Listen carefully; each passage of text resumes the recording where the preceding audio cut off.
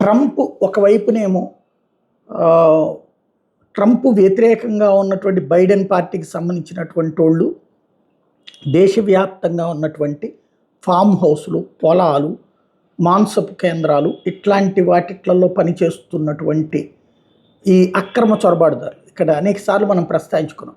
అమెరికాలో సక్రమంగా వీసాలు తీసుకొని వెళ్ళినటువంటోళ్ళ అక్రమాలు చిన్న ఇష్యూస్. లైక్ అక్కడ కాలేజ్ చదువుకోవడానికో, లేకపోతే యూనివర్సిటీలో చదువుకోవడానికో వెళ్ళి షాపుల్లో పనిచేయడమో, హోటళ్ళలో పనిచేయడమో, పెట్రోల్ బంకులో పనిచేయడమో, గ్యాస్ స్టేషన్‌లో పనిచేయడమో ఇట్లాంటివి.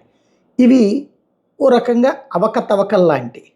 అంతే తప్పించి వీళ్ళు అక్రమ చొరబాటుదారులెవ్వరు. వీళ్ళు తమ వీసా చట్ట నిబంధనలకు విరుద్ధంగా చేస్తున్నట్టు.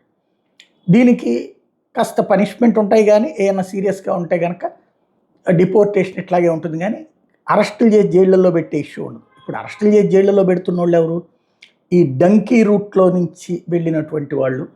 లేదా అక్కడికి దాన్నేమంటారు విజిటింగ్ వీసా మీదనో ఎళ్ళి, ఆ తర్వాతన ఆ పాస్‌పోర్ట్ వీసా పాడేసేసి, అక్కడ సెటిల్ అయిపోయినటువంటి వాళ్ళు. లేదంటే ఆ మెక్సికో బోర్డర్‌లో నుంచినో అట్లాగ వెళ్ళి అక్రమంగా వలస ఉన్నటువంటి వాళ్ళు. ఇట్లాంటి వాళ్ళు 52,00,000 మంది ఉన్నారు. 52,30,000 ఇది ఐడెంటిఫై చేసింది అమెరికా. ఇప్పుడు వాళ్ళనే తిప్పి పంపిస్తున్నటువంటిది.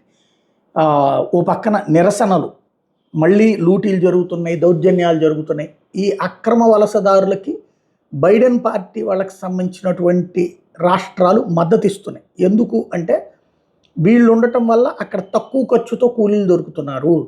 తద్వారా వాళ్ళు ఆర్థిక వ్యవస్థ బాగుంది. వ్యాపారాలు, పరిశ్రమలు, ఈ రైతులు వీళ్ళందరూ బాగున్నారు. వీళ్ళందరినీ పంపించేస్తే కనుక అమెరికన్ చట్టాల ప్రకారం అమెరికన్లకు కనుక ఆ ఉపాధి అవకాశాలు ఇస్తే బోలెడంత ఖర్చు అవుతుంది. అదంతా లాస్ అవుతారు అన్నటువంటిది వాళ్ళ కాన్సెప్ట్.